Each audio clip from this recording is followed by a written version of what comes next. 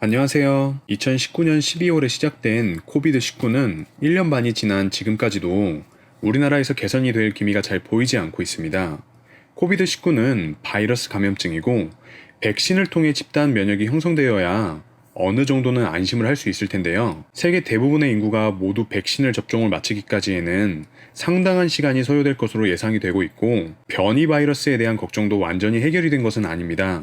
여러분들 뉴스를 많이 보셔서 아시겠지만 바이러스 질환은 마땅한 치료제가 없습니다. 에이즈처럼 무시무시한 질환부터 감기처럼 사소한 질환까지 바이러스 감염에 의해 발생되는 질환은 완벽한 치료제가 없다고 볼 수 있습니다.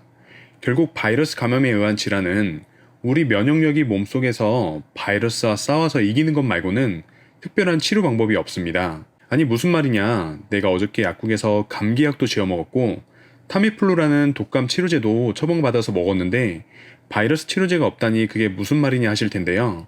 우리가 먹는 이런 약들은 우리 면역력이 바이러스와 싸우는 동안에 나타나는 발열, 기침, 두통, 가래, 몸살통 이런 증상들을 단순히 완화시켜 주거나 바이러스가 더 이상 빠르게 증식하지 못하도록 도와주는 약에 불과합니다. 그런데 코비드-19도 바이러스 감염에 의한 질환인데 이 또한 아직 마땅한 치료제가 없기 때문에 지금 당장은 최대한 감염이 되지 않도록 하는 게 최선입니다. 어떻게 하면 내가 걸리지 않을까요?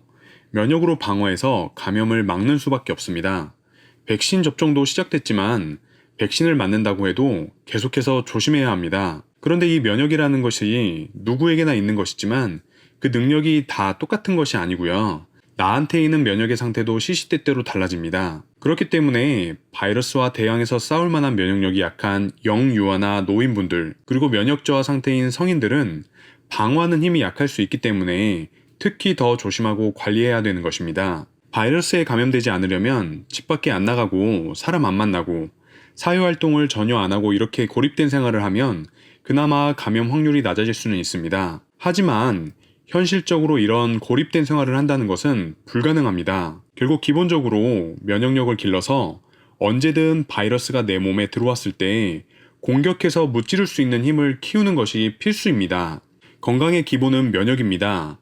많은 질병의 원인이 면역이기 때문에 평소에 관리해야 된다는 얘기는 너무 많은 곳에서 들으셨을 겁니다. 우리는 면역을 막연히 우리 몸을 보호하는 방패막 정도로 생각하지만 면역이란 구체적으로 어떤 상태를 말하는 것일까요? 바이러스에 대항하는 우리 몸의 면역에 대해 간단하게 설명을 드려보겠습니다. 우리 몸에는 다양한 면역세포가 존재합니다.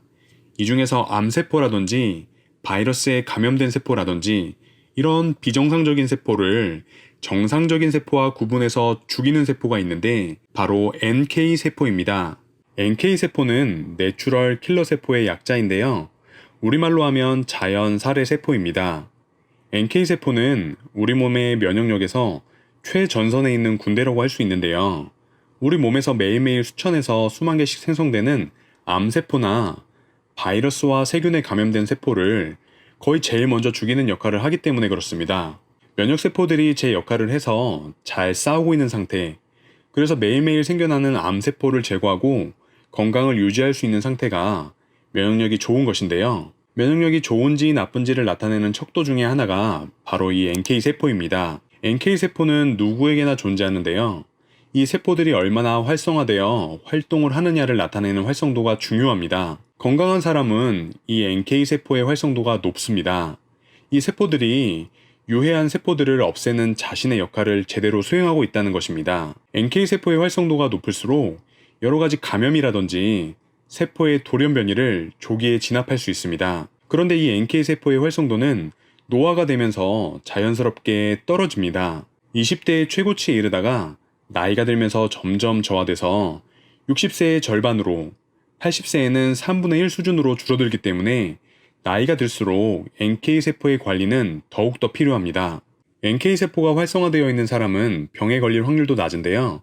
위암 환자는 건강한 사람보다 NK세포 활성도가 무려 7.4배나 낮고 NK세포의 활성도가 200 이하인 경우 대장암일 확률이 건강한 사람에 비해 10배 이상 높다는 연구 결과도 있습니다. 따라서 NK세포의 활성도를 높일 수 있다면 바이러스나 세균의 감염뿐만 아니라 암 발생의 위험도 많이 낮출 수 있습니다. 그렇다면 NK세포의 활성도를 높일 수 있는 식품이나 영양제는 어떤 게 있을까요? 가장 대표적인 게 우리나라 전통 식품인 청국장이나 일본 전통 식품인 나또를 들 수 있습니다. 청국장이나 나또 같은 콩 발효식품에서 끈끈한 점액질 물질을 보신 적이 있을 텐데요.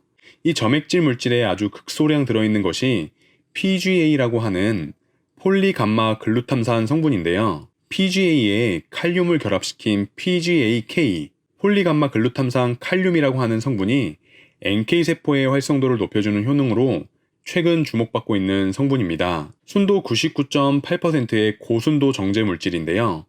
일단 한약재나 복합물이 아니라서 간 대사에 대한 부담이 없기 때문에 간 부담에 대해 우려하시는 분들은 안심하셔도 되고요. 이 PGAK는 면역기능 증진에 도움을 줄 수 있는 원료로 식약처로부터 개별 인정형 기능성을 인정받은 원료입니다. 식약처에서 기능성 원료로 인정을 했다는 건 건강기능식품으로서의 유용성이 명확하게 확인이 되었다는 것을 의미합니다. 실제로 자료를 찾아보니까 가톨릭대학교 서울성모병원에서 진행한 한국인 99명을 대상으로 한 인체 적용 시험 결과 PGAK를 8주간 섭취한 사람들의 NK세포 활성도가 52.3%나 증가되었다고 합니다. 이런 효과는 상황버섯 추출물 대비 3배, 인삼 추출물 대비 1.5배 높은 수준이라는데요. 식약처 면역기능성 개별 인정형 소재 중에서 NK세포 활성도를 증가시키는 소재들이 몇 가지 있기는 한데요. 이렇게 구체적으로 증가 수치를 밝히거나 이 정도의 수치까지 높인다고 하는 원료는 PGAK 이외에는 보지 못한 것 같습니다. 또 다른 자료를 찾아보니까 PGAK는 동물 실험에서 암세포의 성장을 32%나 억제한 것으로 확인되었다고 합니다. 뿐만 아니라 PGAK는 코로나 바이러스와 염기 서열이 유사한 것으로 알려진 사스 코로나 바이러스의 증식을 65%나 억제했다는 실험 결과도 있었습니다. 바이러스에 대항하는 면역력은 하루 이틀 만에 길러지지 않습니다. 식습관이나 생활습관 개선을 통해서 꾸준히 노력하다 보면 면역력이 길러지기도 하지만 바람직하게는 면역력 증진에 도움을 줄 수 있는 기능성 영양제를 하나 정도는 꾸준히 섭취하시는 것도 큰 도움이 될 수 있습니다. 다양한 영양제들 중에서 특히 바이러스에 감염된 세포나 암세포를 직접 죽이는 NK세포의 활성도를 높여줄 수 있는 PGAK가 포함된 건강기능식품을 선택하시는 것도 고려해보시면 좋을 것 같습니다. 코로나 바이러스 감염에 주의하시고요. 방역수칙 잘 지켜주시기 바랍니다. 궁금한 점은 아래 이메일로 문의 주시기 바랍니다. 감사합니다. 오늘 영상이 즐겁고 유익하셨다면 좋아요, 구독 알림을 꼭 눌러주세요.